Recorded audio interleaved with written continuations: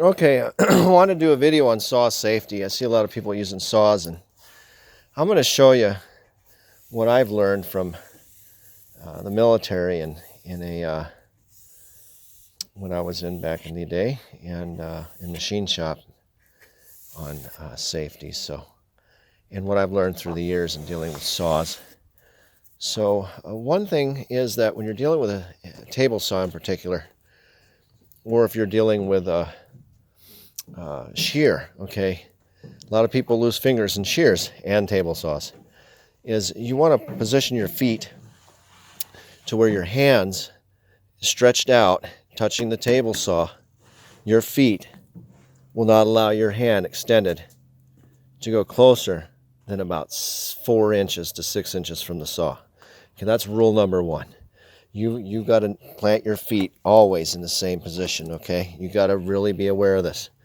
So I'm going to use this red button here. You could take a yellow paint pen for tires or something and draw a yellow mark, which is what I would do if you weren't having many years of experience dealing with saws. I'd paint a yellow mark here, and your fingers never cross that mark, 4 inches to 6 inches away from the face of the blade. The other thing you'll see a lot of people do is they'll raise the blade higher than what they're cutting substantially. Absolutely unnecessary. So if you're cutting a 3/4 inch, ripping down a 3/4 inch piece of wood, you should not need to have that blade much higher than 3/4 of an inch. Surely not much higher than an inch. Okay. Third thing is you never push wood. If you from time to time you have to get above the table, okay, and that means that you're in a vulnerable position to be able to put your hand into the blade, and you never ever push wood into a blade when your wood length is shallower than the table. Never. You pull it through the blade, okay, and you use a push block to hold it down. Very important. That's a fast way to lose a finger, okay? People are pushing in their hands on the table and you're pushing in. No, don't do that.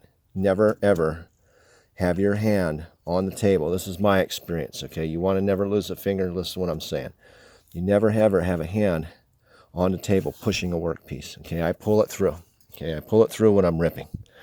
Now, there's exceptions to this rule. They're very rare, but I'm saying the general use here, the majority of the time you use it. If you get into these good habits, you should be pretty damn safe. But that's the whole point. You're trying to get into a good, safe habit. And always watch your blade. You see a lot of people, their eyes go away from the blade. You always want your eyes on the blade. The blade's doing the cutting. Don't worry about the workpiece. You watch the fence, you watch the blade. Bubba, come here. Let's show him here. So I'm going to show you how I do this, okay? So hold that, fire it up. I mask up. I don't like breathing sawdust. So let me get masked up here. I'll show you how we do this, how to rip them. Hey, cameraman, pay attention.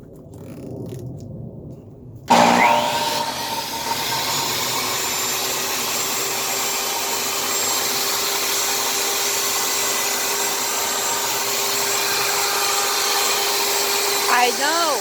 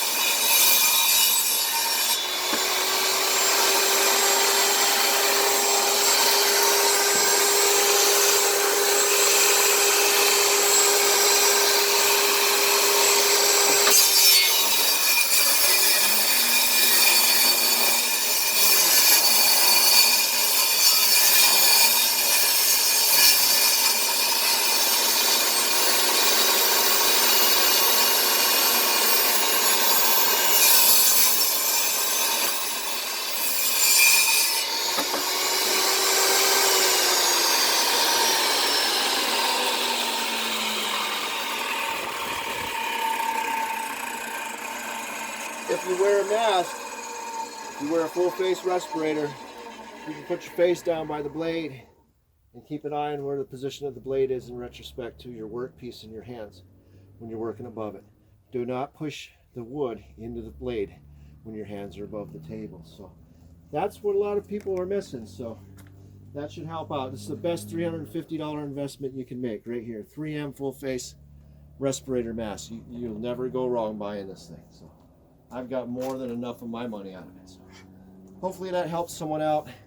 Other thing on the chop saw, let me show you here. I about took my wrist off one time.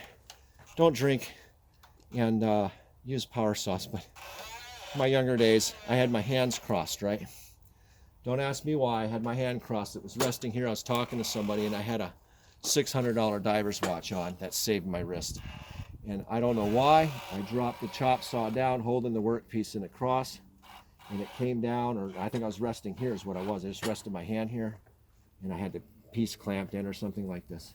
And that saw came down and hit that watch. Are you getting me on camera here? So the saw came down and hit the watch, and that caused me to back up off the watch, okay? And it put a big chunk, it took a big chunk out of my diver's watch. So I got it repaired, but it wasn't cheap. But thank God I had the watch on. It would have hit me right here and taken that bone and dropped in about a 1/4 inch. So never cross your hands when you're using a chop saw. And I always, if you're right-handed, pull down on your blade. But you can see I've had some wood, I've hit some knots, I've had it jump and break.